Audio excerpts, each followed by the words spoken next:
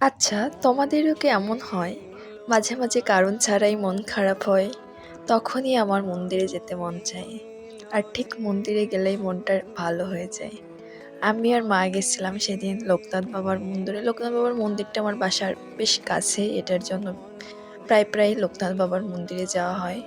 তা আমি আর মা হুট করে মন্দিরে চলে গেছিলাম।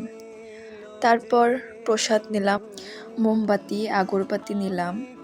যেহেতু আমরা বিকালেই গিয়েছিলাম, ভেবেছিলাম যে না, বাবা লোকনাথ বাবার মন্দির থেকে আমরা আগরবাতি মোমবাতি জ্বালিয়ে আসবো।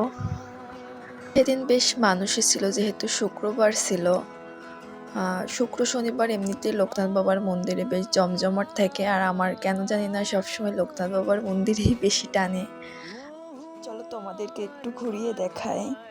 মা ওইদিকে সব প্রতিমাগুলোকে প্রণাম করতেছিল। সেদিন বেশ গরম ছিল। তারপর সন্ধ্যা হয়ে গেছিল বলে এখানে কীর্তন করতেছিল। তারপর আমরা চলে গেছিলাম ইস্কন মন্দিরে। ইস্কন মন্দিরে ঠিক সন্ধ্যা আরতি চলতেছিল। আমরা যাওয়ার পরপরই ঠাকুরের মুখ দর্শন করতে পেরেছিলাম। টাটা, আজকের ভিডিওটা এই পর্যন্ত।